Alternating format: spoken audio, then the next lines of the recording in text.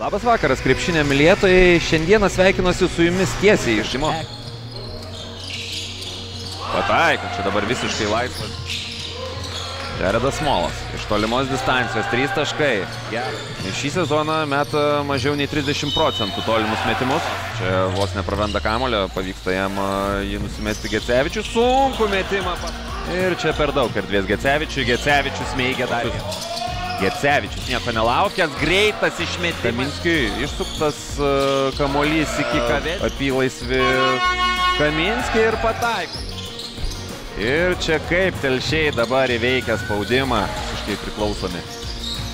Tiesiog telšių komanda protingai pastato Vilniaus komandą.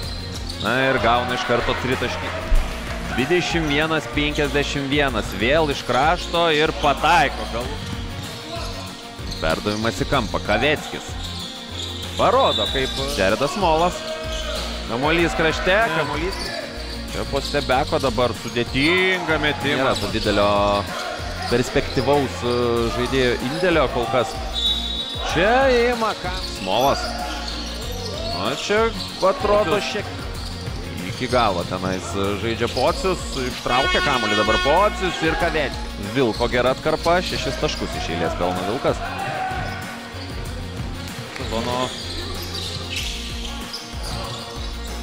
rezultatas šios dienos rungtynėse. Čia Urbonas Smolas.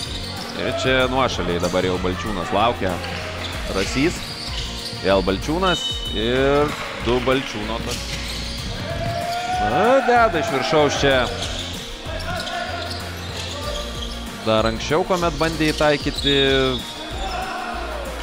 minimaliai. Pamažina 26 taškai. Toks skirtumas 67-93. Telšių komanda atvykusi 8, gale rungtynių likusi